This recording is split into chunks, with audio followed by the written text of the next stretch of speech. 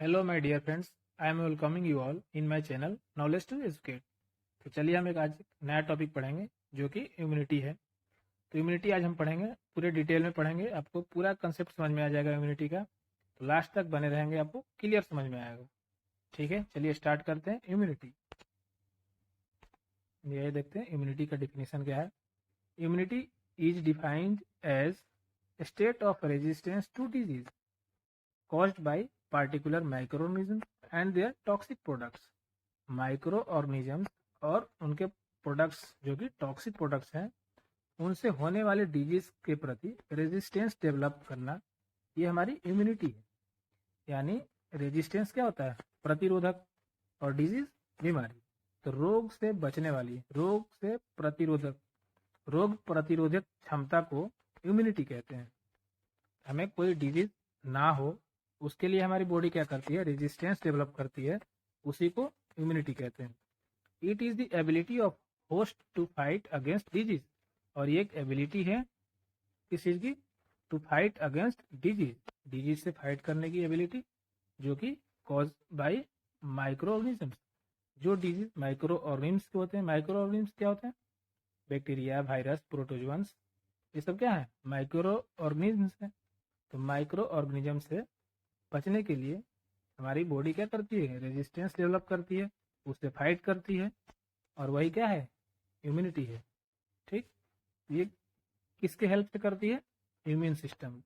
हमारी बॉडी यदि किसी माइक्रो ऑर्गेनिज्म से फाइट कर रही है तो किसके हेल्प से करती है? इम्यून सिस्टम के हेल्प से करती है। और इम्यून सिस्टम किन चीज़ों से बना है? Lymphoid organs. ठीक, लिम्फॉइड ऑर्गन्स में कौन कौन आते हैं? Bone marrow, thymus and spleen. तो बोन मैरो, थाइमस, स्प्लीन, ये सब मिल करके लिम्फॉइड ऑर्गन बनाते हैं। और लिम्फॉइड ऑर्गन हमें क्या करती है? इम्यूनिटी प्रोवाइड कराती है। कैसे इम्यूनिटी प्रोवाइड करेगी? बैक्टीरिया से फाइट करेगी, वायरस से फाइट करेगी, यानी माइक्रो ऑर्गेनिज्म से फाइट करेगी, और हमें रेजिस्टेंस प्रोवाइड करेगी डिजीज के प्रति। ठीक है, उम्मीद है आपको समझ में आ गया होगा इम्यूनिटी क्या है। तो इम्यूनिटी क्या है? Ability of host to fight against disease. ठीक है, जो डिजीज माइक्रो ऑर्गेनिजम्स की वजह से होते हैं। चलिए आगे देखते हैं। टाइप इम्यूनिटी दो टाइप के होते हैं, इन्नेट इम्यूनिटी और एक्वायर्ड इम्यूनिटी। तो इन्नेट इम्यूनिटी क्या होती है और एक्वायर्ड इम्यूनिटी क्या होती है, चलिए समझते हैं। इन्नेट यानी नेटल, नेटल यानी बाई बर्थ। जो इम्यूनिटी हमें बाई बर्थ मिलती है, पैदा होने के साथ ही जिस इम्यूनिटी के साथ हम पैदा होते हैं, वो इन्नेट इम्यूनिटी होती है। और एक्वायर्ड इम्यूनिटी क्या होती है? Acquired during life time. जो इम्यूनिटी हमने अपने लाइफ टाइम में, अपने जीवन काल में डेवलप किया है, वो क्या होती है? Acquired immunity. इन्नेट इम्यूनिटी जो है नॉन स्पेसिफिक होती है। इन्नेट इम्यूनिटी जो है नॉन स्पेसिफिक होती है, यानी ये किसी बैक्टीरिया, वायरस के प्रति स्पेसिफिक नहीं है कि उसी बैक्टीरिया से हमें बचाएगी। ये हर तरीके के माइक्रो ऑर्गेनिज्म से हमें बचाएगी, इसलिए ये नॉन स्पेसिफिक है। और ये कैसी है? स्पेसिफिक, जो कि हर माइक्रो ऑर्गेनिज्म को स्पेसिफिक ट्रीट करती हैं और हमें बचाती हैं। इसको इन्नेट इम्यूनिटी को और क्या कहते हैं? First line defence. First line defence क्यों कहते हैं? क्योंकि जिस इम्यूनिटी के साथ हम पैदा हुए, वही तो हमारी फर्स्ट लाइन डिफेंस है, वही तो हमें पहले बचा रही है। जिस इम्यूनिटी के साथ हम पैदा हुए, यदि हम जैसे ही पैदा हुए कोई माइक्रो ऑर्गेनिज्म हम पे अटैक करेंगे तो हमें कौन बचाएगा? सबसे पहले ही हमारी जिस इम्यूनिटी के साथ पैदा हुए हम, वही इम्यूनिटी तो बचाएगी, इसलिए क्या कहते हैं? First line defence. और एक्वायर्ड इम्यूनिटी आप समझ गए कि जो कि लाइफ टाइम में एक्वायर करते हैं, जो इम्यूनिटी हमें अपने इन्वायरमेंट से मिलती है, अपने जीवन काल में मिलती है, वो एक्वायर्ड इम्यूनिटी होती है। आगे चलिए देखते हैं। इनेट इम्यूनिटी जो है कंसिस्ट होती है 4 बैरियर्स। तो 4 बैरियर्स के हेल्प से हमें इनेट इम्यूनिटी मिलती है। चलिए पूरा पढ़ते हैं। 4 बैरियर्स क्या क्या है। पहला क्या है? Physical barrier. फिजिकल बैरियर नाम से ही समझ में आ रहा है, जो फिजिकल। ठीक, तो फिजिकल बैरियर में क्या क्या आते हैं? हमारी स्किन आती है और म्यूकस कोटिंग आती है। म्यूकस कोटिंग कहाँ के? डाइजेस्टिव ऑर्गन के हो गए, यानी जीआईटी के, gastro intestinal tract, respiratory tract और यूरे जेनिटल एरिया। ठीक, यहाँ के क्या करेंगे? ये सब हमें फिजिकल बैरियर देंगे। बैरियर यानी रुकावट। ठीक, तो हमें रुकावट करेंगे किस चीज़ से? माइक्रो ऑर्गेनिज्म से रुकावट देंगे। जैसे हमारी स्किन क्या है?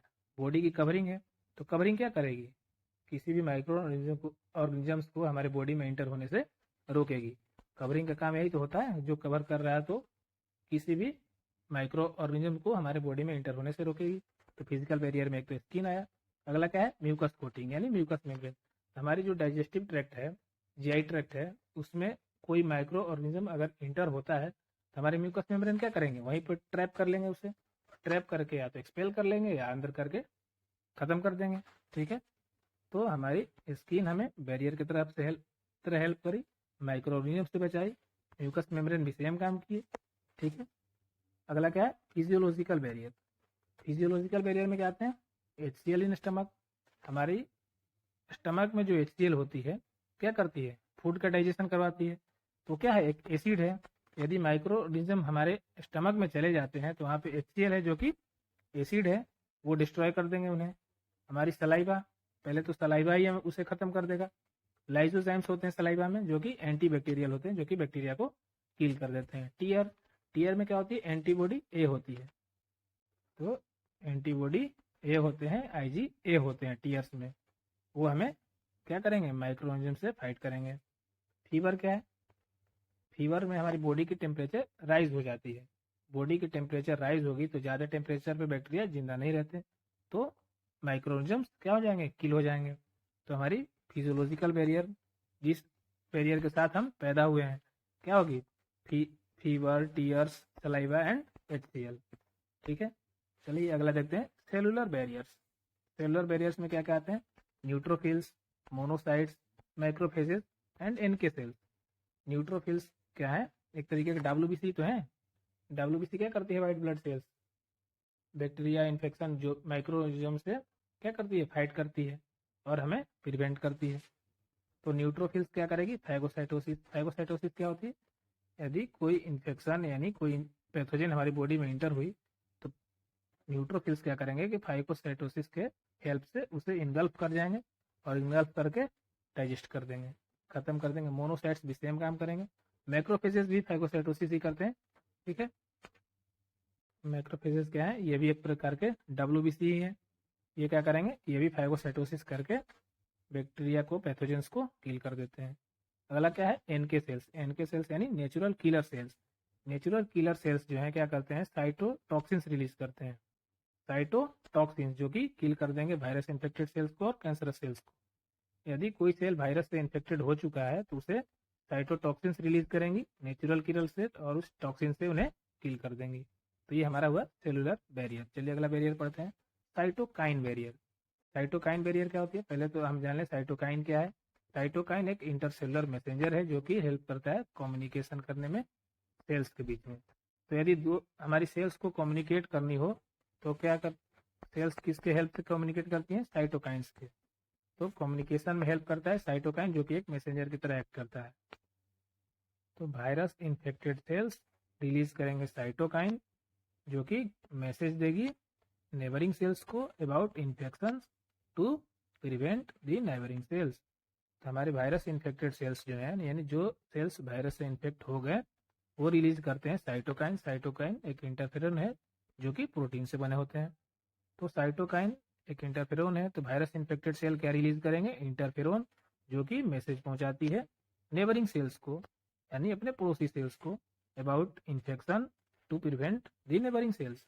यानी कोई सेल यदि हमें कोई हमारी बॉडी की सेल्स वायरस से इन्फेक्टेड हो जाएगी तो वो साइटोकाइंस रिलीज करते हैं जो कि मैसेज पहुंचाते हैं कि हम तो भैया इन्फेक्टेड हो चुके हैं, आप इन्फेक्टेड मत होना, आप अपने आप को बचा लो।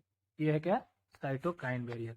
तो साइटोकाइन बैरियर में क्या है, यदि वायरस से इन्फेक्टेड कोई सेल हो चुके हैं तो मैसेज प्रोवाइड करते हैं अपने बाजू वाले सेल्स को ताकि मैं इन्फेक्टेड हो चुका हूँ, आप अपने आप को बचा लो। तो उम्मीद है आप लोगों को समझ में आया होगा। चलिए आगे देखते हैं, एक्वायर्ड इम्यूनिटी। हमारी इम्यूनिटी जो है दो पार्ट में डिवाइड हुई, इनेट इम्यूनिटी और एक्वायर्ड इम्यूनिटी। इनेट इम्यूनिटी जिस इम्यूनिटी के साथ हम पैदा हुए, एक्वायर्ड इम्यूनिटी जो हम अपने लाइफ टाइम में गेन करेंगे। तो इनेट इम्यूनिटी हमने पढ़ लिया, अब एक्वायर्ड इम्यूनिटी पढ़ते हैं। Acquired immunity during life time, ये इम्यूनिटी हमने अपनी लाइफ टाइम में जीवन काल में एक्वायर करते हैं जो कि स्पेसिफिक टाइप की होती है। अब ये एक्वायर्ड इम्यूनिटी स्पेसिफिक क्यों होती है देखते हैं, characterised by memory, immunological memory. Acquired immunity जो होती है इम्यूनोलॉजिकल मेमोरी डेवलप करती है यानी मेमोरी डेवलप करती है, इसी की वजह से ये स्पेसिफिक टाइप की होती है। तो कहने का सेंस ये है कि यदि हमारी बॉडी है, ठीक, में कोई पैथोजन एंटर किया, ठीक, यदि कोई पैथोजन की एंट्री हुई हमारी बॉडी में, तो उस पैथोजन के लिए या उस पैथोजन से लड़ने के लिए हमारी बॉडी क्या करेगी, एंटीबॉडीज बनाएगी, एंटीबॉडी बनाएगी, उससे लड़ेगी, ठीक। तो जो पैथोजन पहली बार आई उससे बॉडी हमारी लड़ी, तो उस पैथोजन को हमारी बॉडी याद कर लेती है, मेमोरी बना लेती है उस पैथोजन की, ताकि सेम पैथोजन यदि सेकेंड टाइम आए तो हमारी बॉडी उसे पहचान लेगी कि ये पैथोजन पहले आ चुका है, तो उसे और अपनी ताकत लगा करके हील करेगी ताकि जल्दी से वो पैथोजन डिस्ट्रॉय हो जाए। ठीक है, उम्मीद है आप लोगों को समझ में आएगा। तो स्पेसिफिक की हुआ मेमोरी किसी पैथोजन की मेमोरी बना लेगा और उस मेमोरी की वजह से सेकेंड टाइम में, तो एक्वायर्ड इम्यूनिटी हमारी स्पेसिफिक की हुआ है क्योंकि ये हर पैथोजन को जो एक बार आ चुका है उसे पहचान लेती है। कैसे पहचान लेती है? क्योंकि उसकी मेमोरी बना लेती है, ठीक। तो कोई पैथोजन हमारे बॉडी में पहली बार इंटर हुआ तो उससे बॉडी हमारी लड़ेगी और उसकी मेमोरी डेवलप कर लेगी। यदि सेम पैथोजन दोबारा आएगा तो उसे पहचान करके और दुगनी ताकत से किल कर देगी उसे। तो ये इसलिए स्पेसिफिक हो जाती है कि हर पैथोजन को पहचान लेती है जो एक बार आ चुका है। ठीक है, चलिए आगे देखते हैं। When our body encounter a pathogen for the first time, यदि हमारी बॉडी किसी पैथोजन से पहली बार इनकाउंटर होती है, इन्फेक्ट होती है, एक्वायर्ड इम्यूनिटी प्रोड्यूसेस, उसकी वजह से क्या होगी, एक्वायर्ड इम्यूनिटी प्रोड्यूस होगी, जिसको क्या बोलते हैं, प्राइमरी रिस्पॉन्स। तो पहली बार जो पैथोजन हमारी बॉडी में आई उसके प्रति हमारी बॉडी रिस्पॉन्स जो डेवलप करी वो है primary response, which is low intensity, जो कि लो इंटेंसिटी की होती है, यानी हमारी बॉडी कम इफेक्ट शो कर पाती है उस पैथोजन के प्रति क्योंकि वो पहली बार आया होता है, ठीक। Subsequently encounter with same pathogen elicits a high sensitise secondary response, उसको क्या बोलते हैं, एनामनेस्टिक रिस्पॉन्स। सेकेंडरी रिस्पॉन्स को एनामनेस्टिक रिस्पॉन्स भी कहते हैं। तो जो पैथोजन हमारे बॉडी में पहली बार इंटर हो चुका तो उससे जो इन्फेक्शन हुई तो हमारी बॉडी उससे बचने के लिए रिस्पॉन्स शो करी। वो रिस्पॉन्स क्या था, प्राइमरी रिस्पॉन्स। यदि सेम पैथोजन हमारी बॉडी में सेकेंड टाइम आता है तो फिर हमारी बॉडी जो रिस्पॉन्स शो करेगी उसे सेकेंडरी रिस्पॉन्स कहेंगे, जो कि हाई इंटेंसिटी की होगी। यानी जो एक बार कोई पैथोजन आ चुका है, यदि सेम पैथोजन दोबारा आता है तो हमारी बॉडी हाई इंटेंसिटी के साथ उस पर एक्ट करेगी और वो बीमारी को जल्दी ठीक कर लेगी। ठीक है, चलिए आगे देखते हैं। इम्यूनिटी, इम्यूनिटी की ये क्लासिफिकेशन है, एकदम अच्छे से आपको समझ में आ जाएगी। आप अच्छे से सुन ले, पूरा कंसेप्ट यहीं पे अप्लाई हो जाएगा। चलिए जो अब तक हम पढ़े उसको यहाँ पे अप्लाई करते हैं और अच्छे से समझते हैं। तो इम्यूनिटी हमारी दो पार्ट में डिवाइड होती है, इन्नेट इम्यूनिटी और एक्वायर्ड इम्यूनिटी। तो हमने इन्नेट इम्यूनिटी पढ़ लिया, एक्वायर्ड भी कुछ हद तक पढ़ लिए, और चलिए इसको डिटेल में क्लासीफाई करते हैं। एक्वायर्ड इम्यूनिटी जो होती है दो प्रकार की होती है, एक्टिव और पैसिव। एक्टिव एक्वायर्ड इम्यूनिटी में क्या आएगा, इम्यून सिस्टम एक्टिव हो जाएगी और पैसिव में इम्यून सिस्टम एक्टिव नहीं रहेगी। यानी जो इम्यूनिटी हमने अपने लाइफ टाइम में गेन किया है वो एक्टिव होती है और पैसिव होती है। एक्टिव जिसमें कि हमारी इम्यून सिस्टम एक्टिव हो, इम्यून सिस्टम इम्यूनिटी डेवलप करे, एंटीबॉडी बनाए और किसी पैथोजन से लड़े। पैसिव में क्या होगी कि हमारी इम्यून सिस्टम नहीं लड़ेगी, हम जो एंटीबॉडी बाहर से लेंगे वही उस पैथोजन को किल करेंगे। तो चलिए देखते हैं एक्टिव इम्यूनिटी के दो टाइप, नेचुरल एंड आर्टिफिशियल, और पैसिव इम्यूनिटी के भी दो पार्ट हैं, नेचुरल एंड आर्टिफिशियल। तो हम एक्टिव इम्यूनिटी की नेचुरल पार्ट को पढ़ते हैं। Natural, infection with micro organisms. यदि हमें किसी पैथोजन से, किसी माइक्रो ऑर्गेनिज्म से इन्फेक्शन होगी फर्स्ट टाइम, तो क्या होगी, फर्स्ट टाइम में इन्फेक्शन हुई हमारी बॉडी उससे लड़ेगी। तो उससे लड़ने के लिए बॉडी कौन लड़ रहा है, हमारी इम्यून सिस्टम ही तो लड़वा रहा है, हमारे इम्यून सिस्टम ही लड़ रहे हैं, इम्यून सिस्टम ही हमें इम्यूनिटी देंगे। तो फर्स्ट टाइम जो पैथोजन आई, यानी हमारे इन्वायरमेंट से जो भी पैथोजन हमारे बॉडी में आते हैं उन पैथोजन से हमारी बॉडी लड़ती है, यानी हमारा इम्यून सिस्टम लड़ता है। तो उससे जो इम्यूनिटी डेवलप होती है वो नेचुरल होती है, ठीक। यदि हम वैक्सीनेशन के थ्रू जो हमें इम्यूनिटी मिलती है वो आर्टिफिशियल होती है। इसमें भी हमारा इम्यून सिस्टम एक्टिव रहता है। कैसे? क्योंकि जो पैथोजन हम लेते हैं, वैक्सीनेशन, जो वैक्सीन हम लेते हैं उसमें क्या होता है, पैथोजन ही होते हैं। हमारी जो भी वैक्सीन बनती हैं उसमें पैथोजन होती है, तो पैथोजन किल फॉर्म में होगा, इनएक्टिव फॉर्म में होगा, या उसकी एक्टिविटी को लो कर दिया जाता है, पैथोजेनिसिटी को लो कर दिया जाता है। पैथोजेनिसिटी को लो करके वैक्सीन बनाते हैं, यानी हमारे बॉडी में पैथोजन को ही इंजेक्ट करते हैं या ओरली देते हैं, पर उसकी पैथोजेनिसिटी को कम कर देते हैं और एंटीजेनिसिटी बनी रहती है। तो हमारी बॉडी में वो जब आएगी तो हमारी इम्यून सिस्टम को एक्टिवेट करेगी, इम्यून सिस्टम हमारी एंटीबॉडी बनाएगी और मेमोरी भी उसकी बना लेगी। तो उस मेमोरी से क्या होगी, हमें इम्यूनिटी मिल जाएगी। यदि सेकेंड टाइम पे वो पैथोजन आएगी तो हमारी बॉडी दुगनी रिस्पॉन्स के साथ उसे किल कर देगी। तो इसमें हमारा इम्यून सिस्टम ही तो एक्टिवेट हो रहा है, तो इसमें एक्टिव हो गया। ठीक, तो वैक्सीनेशन के थ्रू एक्टिव इम्यूनिटी मिलेगी। और आर्टिफिशियल क्यों कह रहे हैं, क्योंकि हम इंसान उसे आर्टिफिशियली बना करके दे रहे हैं। ठीक, नेचुरल में डायरेक्ट यदि हमें कोई इन्फेक्शन होती है उसके वजह से जो इम्यूनिटी डेवलप होगी वो नेचुरल है। चलिए अब पैसिव पढ़ते हैं। एक्वायर्ड की पैसिव, जो जिसमें कि हमारी इम्यून सिस्टम एक्टिव नहीं रहती है, हमें बस पैसिवली इम्यूनिटी मिल जाती है, यानी एंटीबॉडी पैसिवली मिल जाते हैं जो कि पैथोजन से लड़ते हैं और हमें डिजीज होने से बचाते हैं। तो नेचुरल में क्या है, नेचुरल में क्लोस्ट्रम। क्लोस्ट्रम क्या होता है, प्रेगनेंसी होने के बाद जब बेबी होते हैं तो फीमेल से क्या होते हैं, मिल्क निकलते हैं। तो उस जो पहली मिल्क होती है, यानी बेबी होने के बाद जो फर्स्ट टाइम मिल्क निकलता है, उस मिल्क को क्लोस्ट्रम कहते हैं। और उस मिल्क में IgA पाया जाता है, IgA एंटीबॉडी। ये क्या करते हैं, IgA एंटीबॉडी हमें इन्फेक्शन होने से बचाते हैं। और IgG एंटीबॉडी मिलती है। IgG एंटीबॉडी किस चीज़ से मिलती है, IgG एंटीबॉडी जो होती है हमारी बॉडी की, वो फीमेल्स में प्लेसेंटा के थ्रू क्रॉस करके फीटस में चले जाते हैं। तो जो फीमेल प्रेग्नेंट है उसके प्लेसेंटा के हेल्प से उसकी बॉडी की IgG एंटीबॉडी फीटस में चले जाते हैं। तो वो पैसिवली ही तो मिल गया, उसमें फीमेल का एंटीबॉडी उसे मिल गया, IgG एंटीबॉडी। ये भी हमें हेल्प करेंगे इन्फेक्शन से। तो जो दो पैसिवली मिल गए, एग्जाम्पल देखते हैं। तो पैसिवली हमें एंटीबॉडी ए मिल गई और एंटीबॉडी जी मिल गई, IgG मिल गई और IgA मिल गई, इम्यूनोग्लोबुलिन। ठीक, तो ये नेचुरल थे जो कि नेचुरली मिले हैं, हम उसे बनाए नहीं है। हमारे आर्टिफिशियल में क्या है, आर्टिफिशियल में प्री फॉर्म्ड एंटीबॉडी। इसमें क्या करते हैं, हम बने बनाए एंटीबॉडी को बॉडी में दे देते हैं और हम किसी इन्फेक्शन से बच जाते हैं। एग्जाम्पल है इसका स्नेक बाइट, यानी स्नेक बाइट होती है तो उसमें हम प्री फॉर्म्ड एंटीबॉडी देते हैं जो कि एंटीवेनम होती है, और उससे हम फिर स्नेक बाइट की उसकी जहरीले से टॉक्सिक से बच जाते हैं। तो एंटीवेनम के हेल्प से हम स्नेक बाइट से बच जाते हैं, वो जो कि प्री फॉर्म्ड एंटीबॉडी होती है। जैसे ही स्नेक बाइट हुई तो डॉक्टर के पास जाने के बाद वो डायरेक्ट एंटीवेनम इंजेक्ट करेगा ताकि हम बच सके। वो क्या होती है, आर्टिफिशियली प्री फॉर्म्ड एंटीबॉडी होती है। तो मैं उम्मीद करता हूँ कि आप लोगों को क्लियर समझ में आया होगा और पूरी समझ में आई होगी। इम्यूनिटी हमारी दो पार्ट में डिवाइड होती है, इनेट इम्यूनिटी और एक्वायर्ड इम्यूनिटी। इनेट इम्यूनिटी जो कि हमें बाय बर्थ मिलती है, जिस इम्यूनिटी के साथ हम पैदा होते हैं। एक्वायर्ड इम्यूनिटी जो हम अपने जीवन काल में एक्वायर्ड करते हैं। इनेट इम्यूनिटी दो प्रकार की होती है,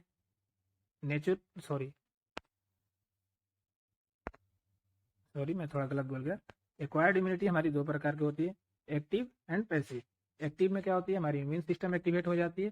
कैसे एक्टिवेट होती है, यदि हम किसी पैथोजन से इन्फेक्टेड हो जाते हैं तो हमारी इम्यून सिस्टम एक्टिव हो जाती है, हमें उस इन्फेक्शन से बचाती है। आर्टिफिशियल में क्या है, ये तो नेचुरल का पढ़ लिया कि डायरेक्ट हम पैथोजन से ही इन्फेक्टेड हो गए। और आर्टिफिशियल में वैक्सीनेशन के थ्रू, वैक्सीनेशन के थ्रू क्या मिलेगी, इम्यूनिटी मिल जाएगी। वैक्सीन में क्या होते हैं, पैथोजन होते हैं, किल्ड फॉर्म में होंगे या इनएक्टिवेटेड फॉर्म में होंगे, पर उनकी एंटीजेनेसिटी बनी रहती है। उस एंटीजेनेसिटी की वजह से हमारी इम्यून सिस्टम एक्टिवेट होती है और उसके प्रति एंटीबॉडी बनाती है, तो उसमें एक्टिवेट हो रही तो एक्टिव इम्यूनिटी। ठीक, अगला क्या है, पैसिव।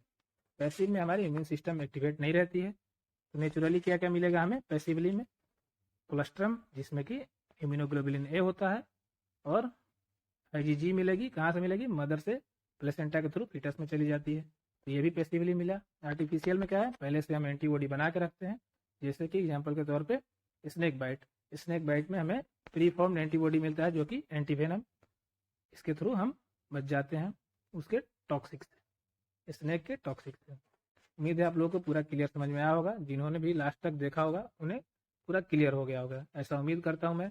यदि आप लोगों को समझ में आ रहा हो तो हमारे चैनल पे बने रहें, मेरे चैनल पे बने रहें, आप अपने चैनल पे बने रहें और हमें देखते रहें। चलिए, थैंक यू।